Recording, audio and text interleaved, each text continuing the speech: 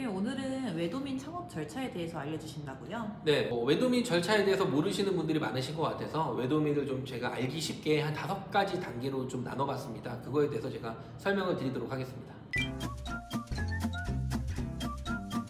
네, 1단계부터 알아볼까요? 우선은 에어비앤비는 다들 아시다시피 위치가 상당히 중요합니다. 내가 어느 위치에 하실지, 지역을 어디다 하실지, 서울에 하시는지, 부산에 하시는지, 강남에 하는지, 종로에 하는지, 역세권에 하는지, 좀 떨어진 위치에 하는지 이런 데 하는 게 상당히 좀 중요하긴 합니다. 대표님이 말씀하시는 좋은 위치는 어떤 곳일까요? 우선은 외국인들이 많이 오는 종로, 명동, 홍대 이런 데, 그리고 강남 이런 쪽은 수요가 많이 있는 곳은 확실한 장점이 있습니다.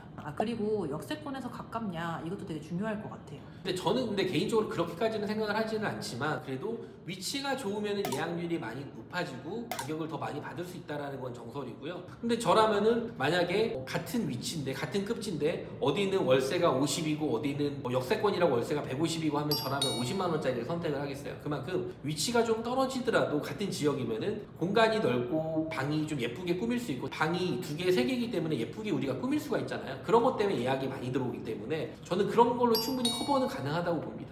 네, 그럼 1번은 에어비앤비 위치가 중요하다 이거였고, 2번은 뭘까요? 2번은 저희가 손품이나 발품을 들여서 물건을 찾는다면 물건을 찾는 게 중요하지 않잖아요. 요즘에 외국인 도시 민박은 허가가 되는 물건을 찾는 게 중요하거든요. 그러니까 주인이 동의해 주시고 그 다음에 연식 제한도 걸려서 물건 찾기가 상당히 어렵습니다.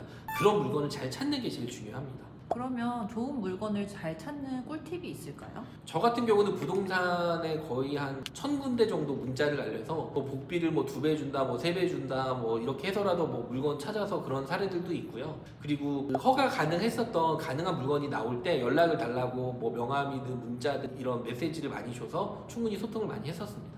그러면 평소에 거래를 많이 한 그런 알고 있는 부동산이 있는 것도 좋겠네요. 네, 그런 부분들이 상당히 좀 중요합니다. 그럼 3번 절차는 뭘까요? 저는 이게 가장 중요하다고 생각을 하는데, 관할 구청에서 허가 여부를 소통을 하면서 그 다음에 이거 실사 준비를 하시는 게 좀 제일 중요해요. 예를 들어서 내가 지방에 어디를 한다, 아니면 서울에 어디를 한다 이러면은 그냥 내가 물건 먼저 구해놓고 여기 다 오픈해놓고 서류를 넣었다가 여기 위반 건축물이라서 안 됩니다, 아니면 여기 인접세대 때 동의가 안 돼서 안 됩니다, 이렇게 들어오면은 거기 꾸미고 한 비용 부분들이 다 나가잖아요. 그렇기 때문에 저는 이게 제일 리스크라고 봐요. 그러면 집을 찾고 계약을 하기 전에 구청에 전화해서 여기가 위반 건축물이 없는지 이걸 먼저 체크하라는 말씀이신 거죠? 네, 그래서 최근에 어떤 저희 사례가 있었냐면은 지방이었는데 거기는 이제 연식 제한이 없었어요. 근데 지금 서울은 연식 제한이 많이 생겼는데 연식 제한이 없어서 여기 해도 되냐고 물어보니까 그분이 이제 된다고 해서 진행을 했는데 나중에 막상 가니까 주무관이 또 바뀐 거예요. 그전 주무관은 이제 된다고 했는데 이제 바뀌신 분이 여기 건물이 너무 오래돼서 안 될 것 같다고 건축물 대장을 해서 안전진단 한번 받아보시는 게 어떠냐고. 그래서 이제 안전진단 받으려면은 기존 건물주한테 얘기를 해서 구청에다가 허가 받아야 되고 이런 복잡한 절차나 이런 부분들이 있어서 그 전에 통화하고 소통하고 거기를 얘기한 그런 기록이 있어서 다행히 잘 넘어간 사례가 있고, 내부적으로 체크를 해서 점검하고 실사 나왔는데 깔끔하게 꾸미고 문제가 있었던 부분들을 수리를 했기 때문에 별 이상이 없었어요. 여기도 만약에 이런 충분한 거기 구청이나 이런 게 소통이 안 됐더라면 거기 담당 주무관이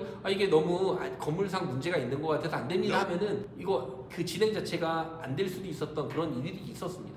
사례를 들어보니까 왜 3번이 제일 중요한지 알겠어요. 네네. 그래서 개인적으로는 내가 물건을 찾고 이게 위반 건축물이나 이런 게 없으면은 먼저 구청에 전화해서 번지수를 불러주고 이 물건이 되는지 안 되는지를 먼저 확인을 하고 나서 그 다음에 안전하게 진행을 하는 게 제일 좋습니다. 그렇게 안 하고 나중에 갔다가 서로 또 민망한 일이 생길 수도 있고, 웬만하면 또 공무원분들이 친절하게 많이 또 잘 안내도 해주시고 지금까지는 이런 걸로 이슈 안 되게 문제없이 잘 해주시기 때문에 큰 걱정 안 하셔도 될 것 같습니다.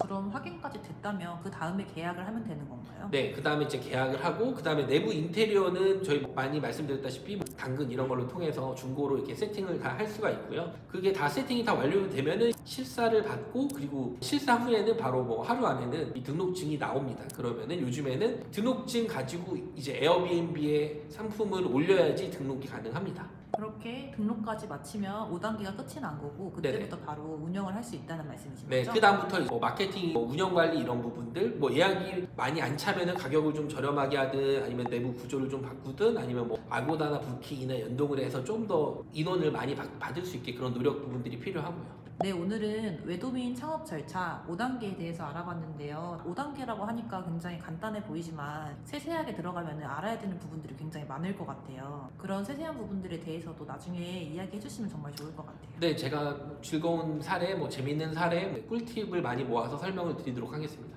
네, 오늘도 감사드립니다.